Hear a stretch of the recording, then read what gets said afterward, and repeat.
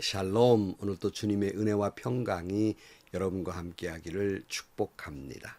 고난주간 금요일입니다. 오늘도 주님의 십자가를 깊이 묵상하는 하루가 되시기를 주님의 이름으로 간절히 축원합니다. 오늘 아침 하나님께서 우리에게 허락해 주신 말씀은 로마서 5장 6절에서 11절 말씀입니다. 우리가 아직 약할 때에 그리스도께서는 제때에 경건하지 않는 사람을 위하여 죽으셨습니다. 의인을 위해서라도 죽을 사람은 거의 없습니다. 더욱이 선한 사람을 위해서라도 감히 죽을 사람은 드뭅니다. 그러나 우리가 아직 죄인 되었을 때에 그리스도께서 우리를 위하여 죽으셨습니다. 이리하여 하나님께서는 우리들에 대한 자기의 사랑을 실증하셨습니다. 그러므로 지금 우리가 그리스도의 피로 의롭게 되었으니 그리스도로 말미암아 하나님의 진노에서 구원을 얻으리라는 것은 더욱 확신합니다. 우리가 하나님의 원수일 때에도 하나님의 아들의 죽으심으로 말미암아 하나님과 화해하게 되었다면 화해한 우리가 하나님의 생명으로 구원을 얻으리라는 것은 더욱더 확실한 일입니다. 그뿐만 아니라 우리는 또한 우리 주 예수 그리스도로 말미암아 하나님을 자랑합니다. 우리는 지금 그로 말미암아 하나님과 화해하게 된 것입니다. 아멘. 오늘은 고난주간 금요일입니다. 가장 슬픈 날이고 가장 어두운 날입니다. 이날만큼 마치 사탄이 승리한 듯 보입니다. 하나님의 아들 예수 그리스도가 우리의 죄를 용서하시려고 십자가에 달려 죽음의 자리에 내려가신 깊은 절망의 날입니다. 왜 주님은 그러셔야만 했을까?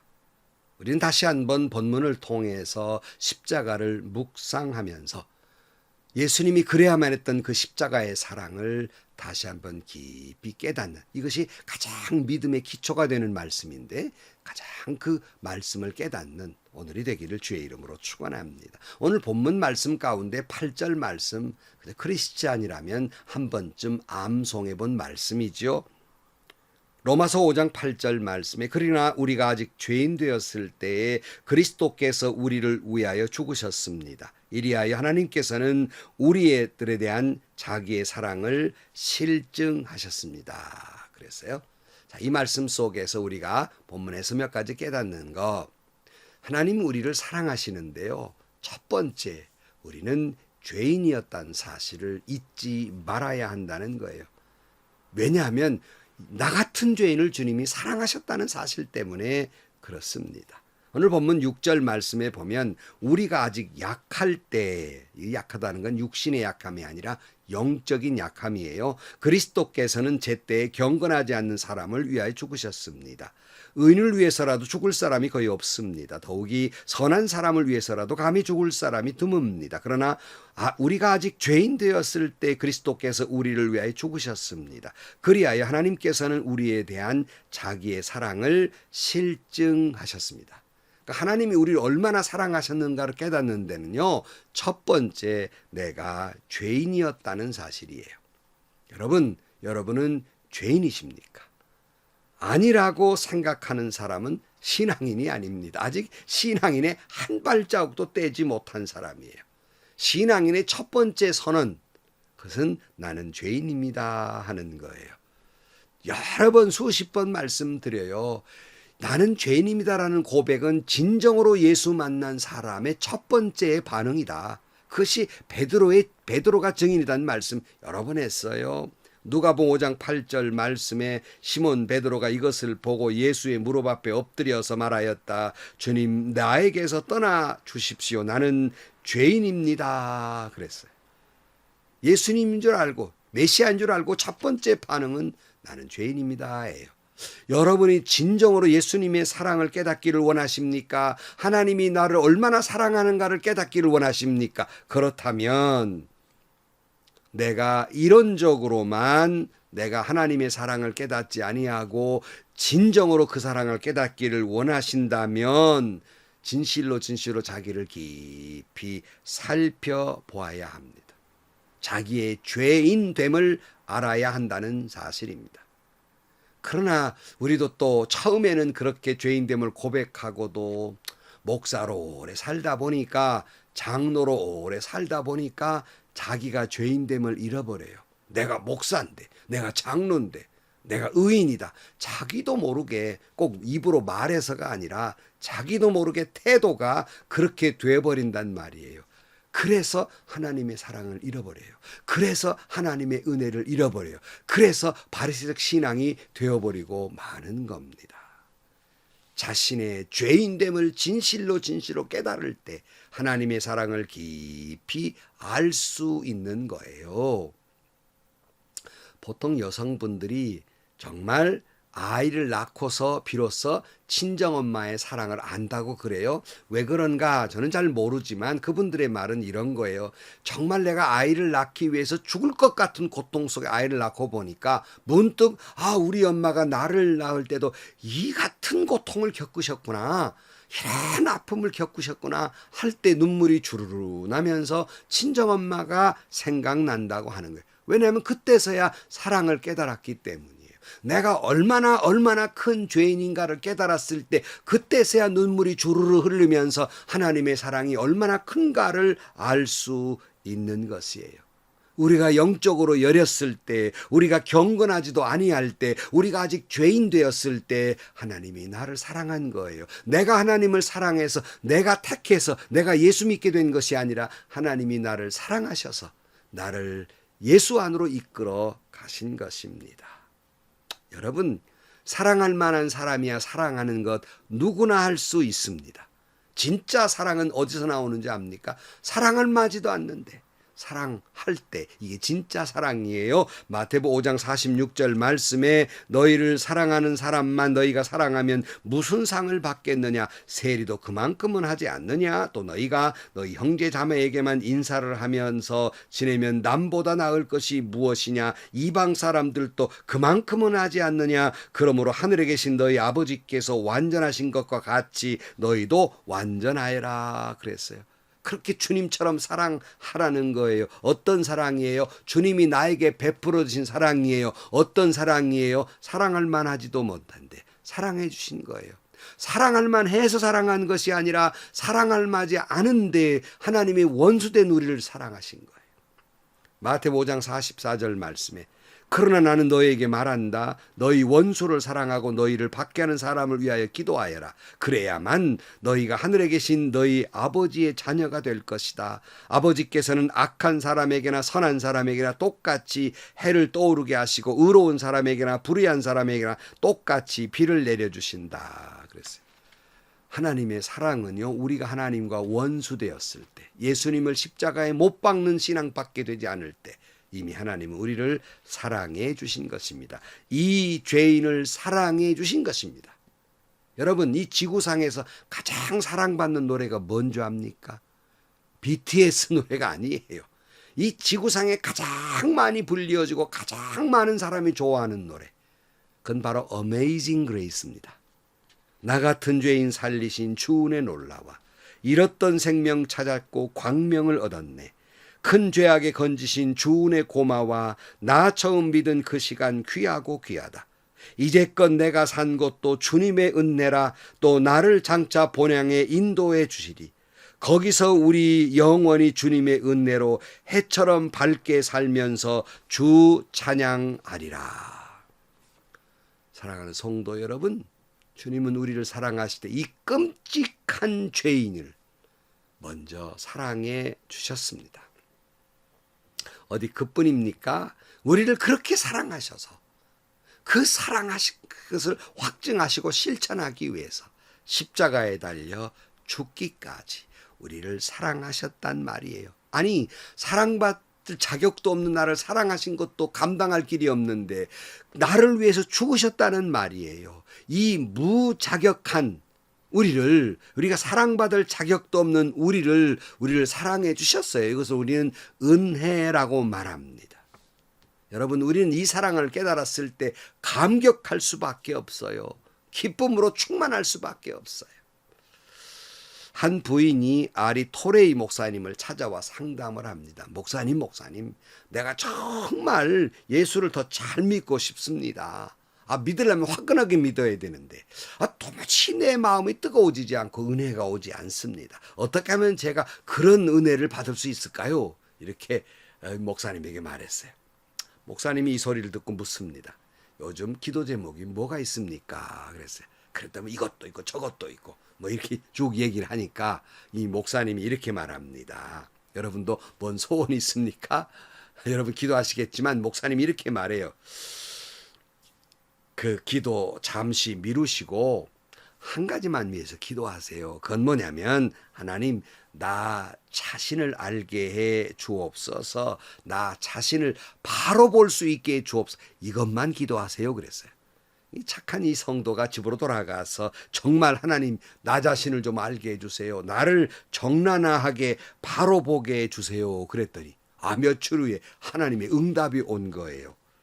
하나님의 영광의 빛 가운데 있는 자신의 모습을 보여주는데 하나님 빛 가운데서 얼마나 더럽고 추하고 냄새 나는지 그 모습이 시기와 질투와 교만과 욕망으로 가득 찬 이 거짓으로 가득 찬 모습이 보이는지 부끄러워 견딜 수 없고 이걸 깨달으니까 남편 얼굴 볼 면목도 없고 자식 얼굴 볼 면목도 없고 부끄러워서 살 수가 없을 지경이 됩니다. 그래 이 목사님에게 다 찾아와 말합니다. 목사님 하나님이 제게 제 모습 보여주었는데요. 정말 십자가 아래서 내가 깨끗한 줄 알았는데요. 너무나 더럽고 추하고 냄새나 부끄러워 견딜 수 없습니다. 그러니까 목사님이 그러세요. 그러면 두 번째 기도하세요. 이제 이렇게 기도하십시오. 하나님의 십자가의 은혜를 깨닫게 주옵소서. 이렇게 기도하세요. 이 자매님이 다시 돌아가서 그대로 기도해서 하나님 십자가의 은혜를 깨닫게 해주세요. 십자가의 사랑을 깨닫게 해주세요. 간절히 기도했더니 또 며칠 후에 그에게 하나님의 응답이 옵니다. 십자가에 달린 예수님의 모습이 보입니다. 붉은 피가 이 가시관을 쓴 머리에서 양손에서 그 다리에서 허리에서 줄줄줄 흐릅니다. 주님께서 이 여인에게 말씀하세요. 내가 너의 죄를 인하여 이렇게 죽느니라. 내가 너를 이처럼 사랑하느니라. 나의 피로 너의 모든 죄가 깨끗하게 용서함 받았느니라. 이 여인이 깊은 은혜, 하나님의 정말 깊은 하나님의 사랑을 깨닫게 되었다고 합니다. 성도 여러분, 주님께서 내가 죄인 되었을 때 내 대신 죽으시고 나에게 영원한 천국을 주셨다는 사실을 잊어서는 안 됩니다. 하나님께서 나를 사랑하십니다. 그 사랑의 증거가 바로 십자가입니다. 그 사랑을 실증하신 것이 바로 십자가입니다. 나를 얼마나 사랑하시는지. 여러분, 이런 사랑의 실증을, 확신을 갖는 사람은 우리의 삶에 염려나 불평이 없습니다. 왜냐하면 그처럼 나를 사랑해 십자가에 달아 돌아가셨는데 내가 분명히 깨닫는 것은 나를 사랑하신다는 사실이 있기 때문에 염려할 필요가 없어요. 불평할 필요가 없어요. 나를 사랑하시는데.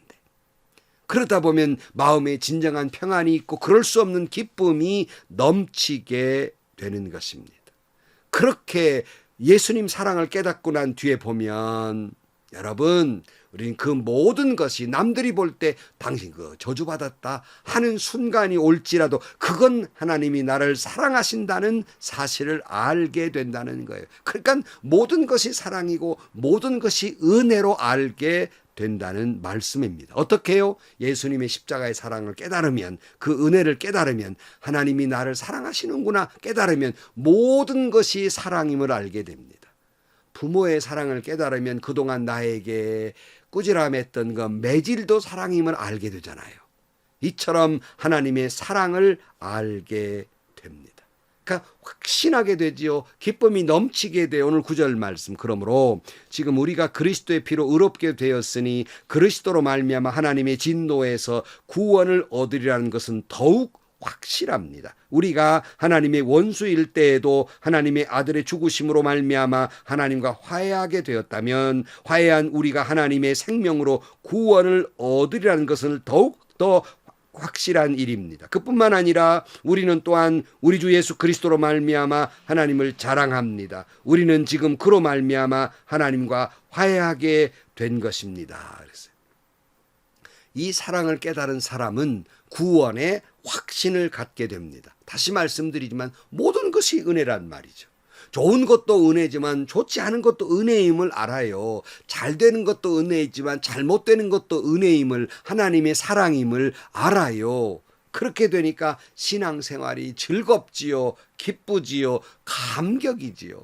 매일매일이 감격이 눈물이 날 수밖에 없는 거예요. 예배를 해도 기쁘고 설교 말씀을 들어도 은혜이며 찬양을 불러도 감격이고 기도해도 마음에 평안이 오게 되는 겁니다. 그러므로 할 수 있는 말은 이제부터 나는 자랑할 것은 예수밖에 없습니다. 예수님 십자가밖에 없습니다. 내가 이제 바라보는 것은 주님 십자가밖에 없습니다. 이렇게 고백할 수 있지 않겠습니까? 성도 여러분, 이 사랑을 깨닫는 사람, 나는 죄인입니다 할 것입니다. 이 사실을 깨달은 사람, 이 죄는 하나님이 나를 사랑하십니다 말할 것입니다. 어느 순간에도 하나님이 나를 사랑하십니다. 내가 겪는 모든 일 속에는 하나님의 사랑이 있습니다 라고 말할 것입니다. 그 때문에 나는 예수님의 이 사랑 때문에 나는 행복합니다. 나는 joyful, 기쁩니다 라고 고백할 것입니다. 그러기에 나는 예수 십자가밖에는 자랑할 것이 없습니다 라고 고백하게 될 것입니다. 이 말씀, 바울의 말씀을 읽으면서 말씀을 마칩니다. 갈라디아 6장 14절. 그런데 내게는 우리 주 예수 그리스도의 십자가밖에는 자랑할 것이 아무것도 없습니다. 그리스도로 말미암아 내 쪽에서 보면 세상이 죽었고 세상 쪽에서 보면 내가 죽었습니다. 할례를 받거나 안 받는 것이 중요한 것이 아니라 새롭게 창조되는 것이 중요합니다. 이 표준을 따라 사는 사람에게와 하나님의 백성 이스라엘에게 평화와 자비가 있기를 빕니다. 이제부터는 아무도 나를 괴롭히지 마십시오. 나는 내 몸에 예수의 상처 자국을 지니고 다닙니다. 형제자매 여러분, 우리 주 예수 그리스도의 은혜가 여러분의 심령에 있기를 빕니다. 아멘, 아멘. 기도하시겠습니다. 하나님, 나는 죄인입니다. 이 죄인을 주님이 살아가신다는 것을 믿습니다. 어느 순간에도 주님은 여전히 사랑이심을 믿습니다. 나를 형통케 할 때도 사랑임을 믿습니다. 그러나 내가 실패하고 좌절하는 순간에도 하나님은 여전히 나를 사랑하심을 믿습니다. 그 때문에 나는 행복합니다. 그 때문에 자랑할 건 예수 십자가밖에 없습니다. 일평생 이 고백 속에 살아가는 저희들이 되게 하여 주옵소서. 예수님의 이름으로 기도하옵나이다. 아멘. 여러분, 우리 자신이 얼마나 큰 죄인이었나를 깨닫는 사람은 십자가의 사랑이 얼마나 귀한 것인가를 알게 되고, 그 사랑을 깨닫는 그 십자가 사랑에 하나님의 사랑을 확증한 사람은 어느 순간에든 기쁨이요 평안이에요. 형통할 때에도 실패할 때에도 잘 나갈 때에도 괴로울 때에도 건강할 때에도 병들었을 때에도 다 하나님의 사랑일걸요. 다 하나님의 은혜인걸요. 이걸 깨달은 사람은 날마다 기쁨이에요. 번민의 시간이 없어요. 고통의 시간이 없어요. 날마다 기쁨인걸요. 날마다 행복인걸요. 날마다 십자가를 자랑할 것밖에 없는 삶을 살게 됩니다. 이 은혜가 여러분에게 있기를 주의 이름으로 축원합니다. 오늘도 행복하시고요. 좋은 일이 가득한 하루가 되시기를 주님의 이름으로 간절히 축원합니다.